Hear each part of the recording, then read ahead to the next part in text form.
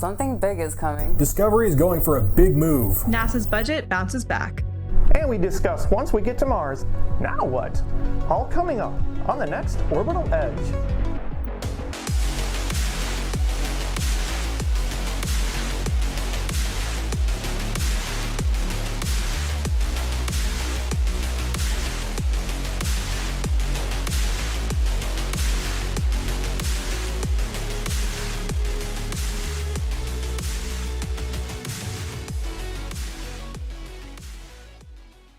Hello and welcome to episode 2.3 of Orbital Edge News, a new show for new spaceflight fans. And we've got some new faces today with us. Starting on my right, we have Jacob, our new co-host. Hello, hello. And next to Jacob, we have our new astronomy correspondent, Emma. Hi. And on the viewing screen on the end, we've got our new spaceflight correspondent, Linda. Hi. Now, as we always do on the show, we start off with some recent launches, so Jacob's going to take us away. Yeah, Chad. So recently, we've had a few very interesting launches.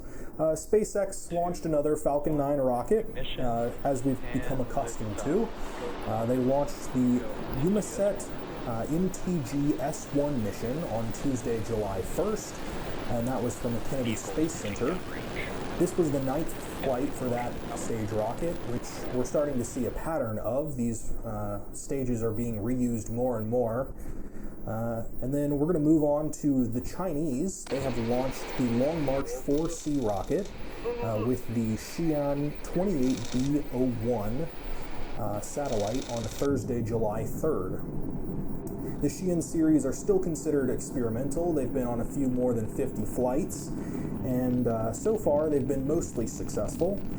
This mission was to put a new satellite into orbit for, quote, space environment exploration.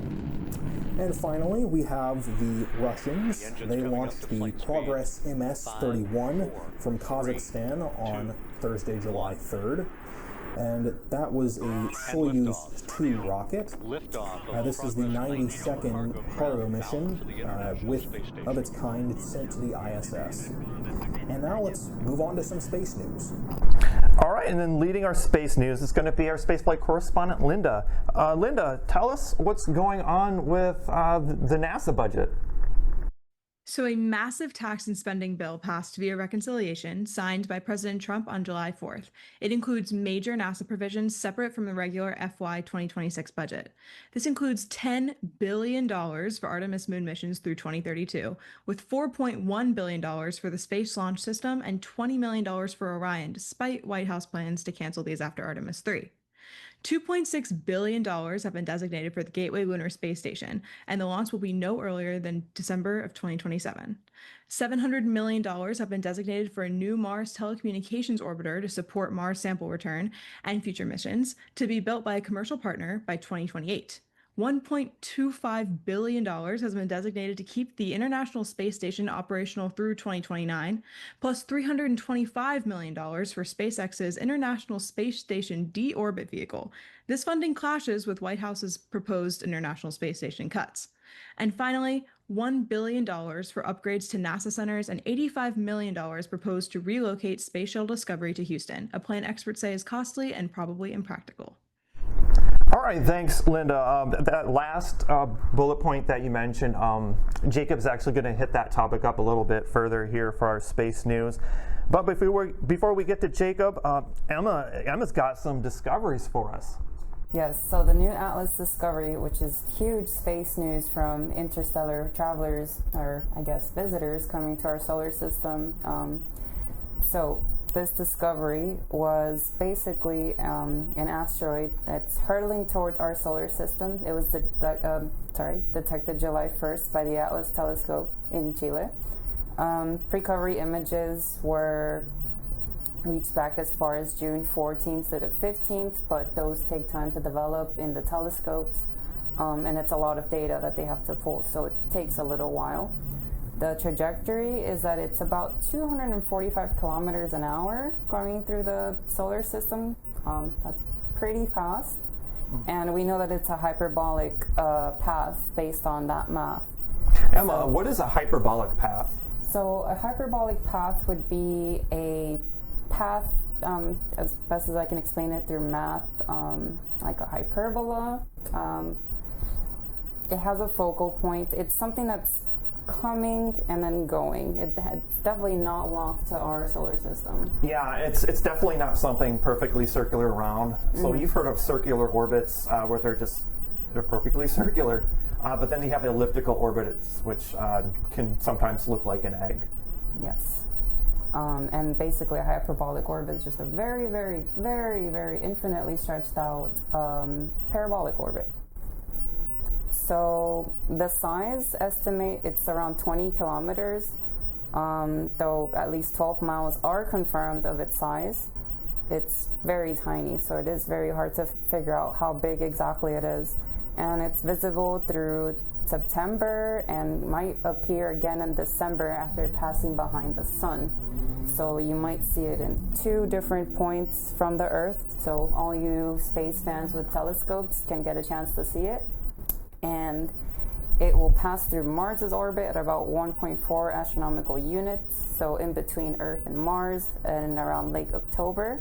And not to worry, not going to hit Earth. It's safely distant from us. It's around 150 million miles or 240 million kilometers. And there we go. So we have a new visitor in our solar system, hopefully passing by, and we'll say hi and probably say bye at some point. And this matters a lot because we know from previous discoveries of Oumuamua, we can learn a lot about the outside of our solar system by studying these types of bodies. We can study the composition of it from its corona, and agencies like NASA and the European Space Administration are already planning missions to intercept it, much like we saw with that one satellite that did a little touch and go on an asteroid. And around, yes, we'll get back on the exact date when that happened, but the U.S.A. is planning an intercept in 2029, and so will NASA. Awesome. I can't wait till that event happens. Just beware that there's a crowd out there claiming that this thing's gonna hit Earth and things like that, so just ignore them. With that said, we're gonna move on to Jacob. He's got some interesting things about what's possibly gonna happen in Texas. Yeah, so as Linda was talking about, the big beautiful bill that just passed Congress is going to allocate $85 million to moving the Space Shuttle Discovery. It's been in Virginia for the past decade or so, since it retired, and it was at the Smithsonian Air and Space Museum, but now it's going to be moved to the Space Center in Houston, Texas, where mission control is for NASA. Senators Ted Cruz and John Cornyn were the ones that pushed for this bill. They're both from Texas, and the idea was to bring home the space shuttle to where it, was being controlled from. The majority of this budget is not actually going to moving the space shuttle. Only about $5 million is going to be allocated for that purpose. The other $80 million is going to go to building a new center for the space shuttle to hang out in Houston. This is going to be completed hopefully by January 4th, 2027, as that's the deadline that Congress was given. And the big question that a lot of people are having is, why bother doing this? Senators Cornyn and Cruz think that this will be the rightful home for the space shuttle because, that's where it was being controlled from. But there are a lot of critics, and people do have a lot of hot opinions about this. Chad, I was wondering if you had anything you'd like to add. Yeah, just a few things on that. I do personally feel like it seems like it's a political move by Ted Cruz to try to do something for his state. But the second thing I had kind of a concern with is, how are they going to really pull this off when the 747 that was outfitted to carry the shuttle from place to place is out of commission right now? So are they in development of a new plane that's going to actually carry the shuttle to Houston? None of that information is out there as we currently know, but if people in the comments let us know if you have found anything about that in that regards. Yep. So be commenting. Let us know what you think about this. We'd love to hear what you have to say.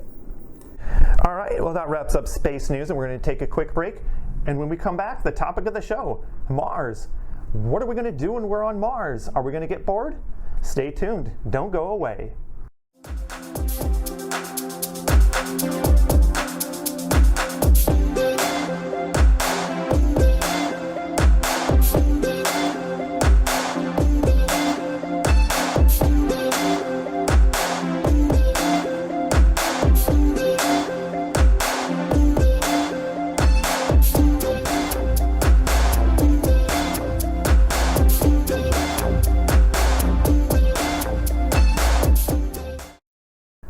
Welcome back.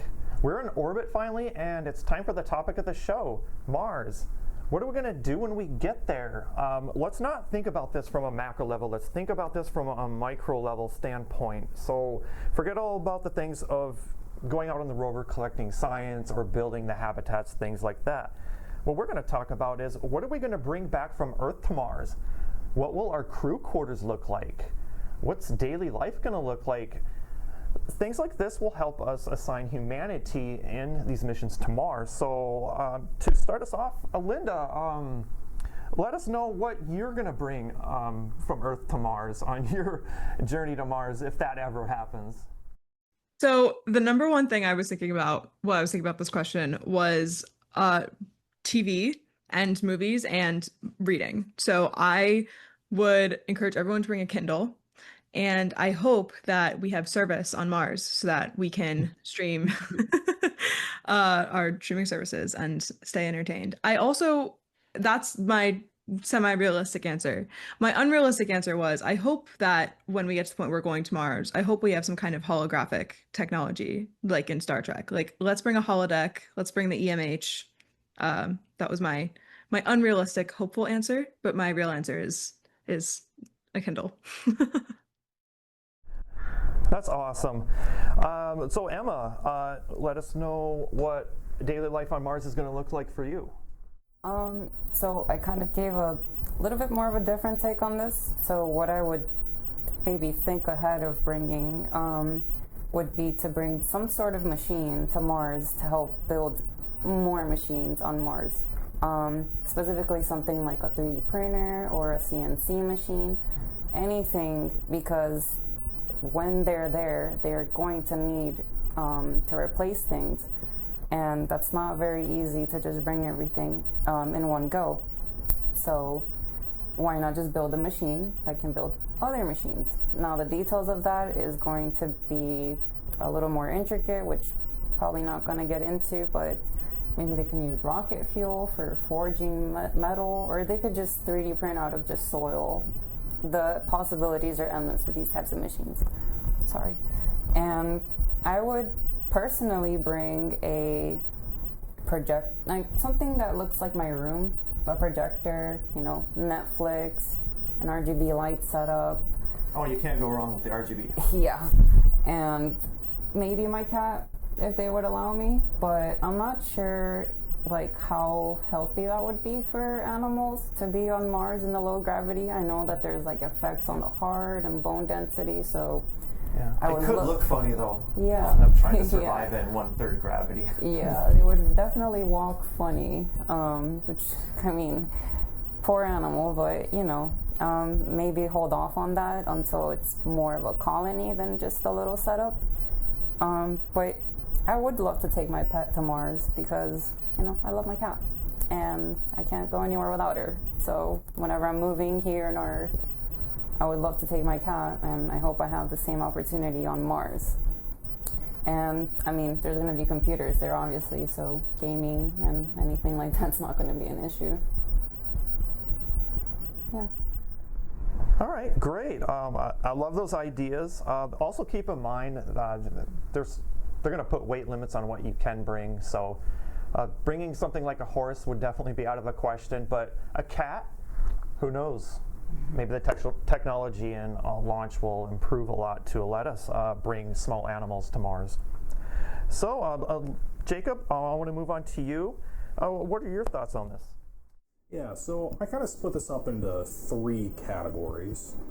First, things for me, and then things to share with other people, and then things to share with the entire colony. And I'm thinking, for myself, I need a really good pillow.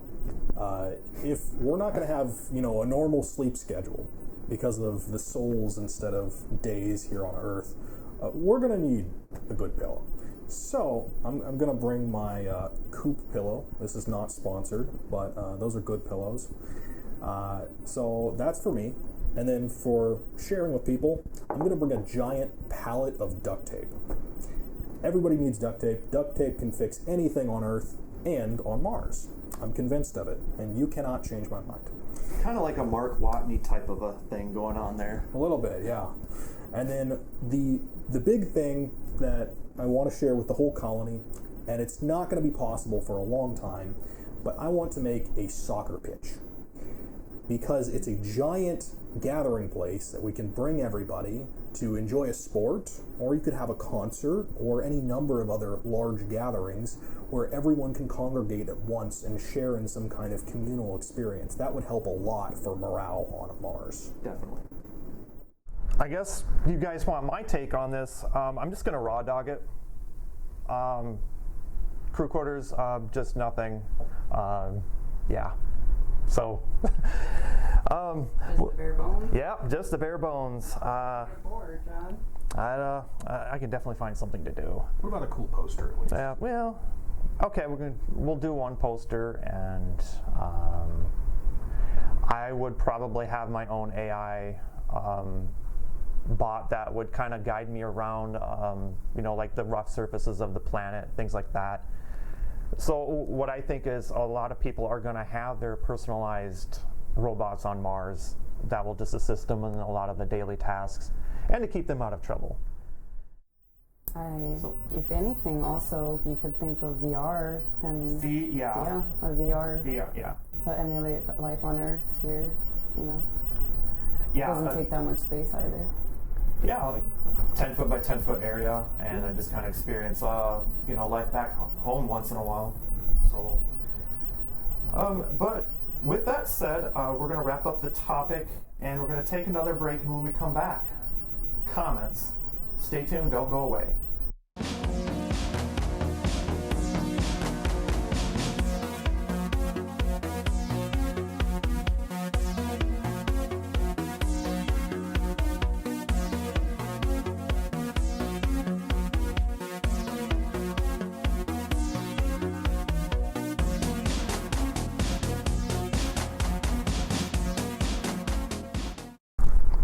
Welcome back from break, and I hope you got that trivia question right. I know I did not. We've got a comment to read off real quick. It is from WD Luger 2 on Reddit. That person says, Space Center Houston had a chance to apply for a shuttle when they were being decommissioned. They either didn't or lost. As an aside, SCH, as in Space Center Houston, caused massive damage to their Saturn V by leaving it outside. When the proposals for having a shuttle were submitted, the requirements for the display were written with SCH's failure to preserve history in mind. Chad, what do you think about that comment? Yeah, that was actually one of the huge factors. I know they had that issue with the Saturn V rotting outside, and then they decided to move it in later. So if you were still confused about what WD Luger said on Reddit, he was saying that back then when the proposal was made, and not the current one by Ted Cruz, this is back then when they did the proposal, they had omitted any sort of mitigation measures for a museum piece being outside and have any sort of mitigation to preventing wear and tear on it. So that's what he was speaking to with this comment. Yeah, Jacob, so that's really good that you added that to add a little bit more context. So we've reached escape velocity, which that means that's the conclusion of the show. before we go, we have the answer to the orbital trivia, which is C, 2%. So if you've enjoyed this episode, you can support us in the future by participating in the discussions on social media and on the show. We will see you next time. Bye.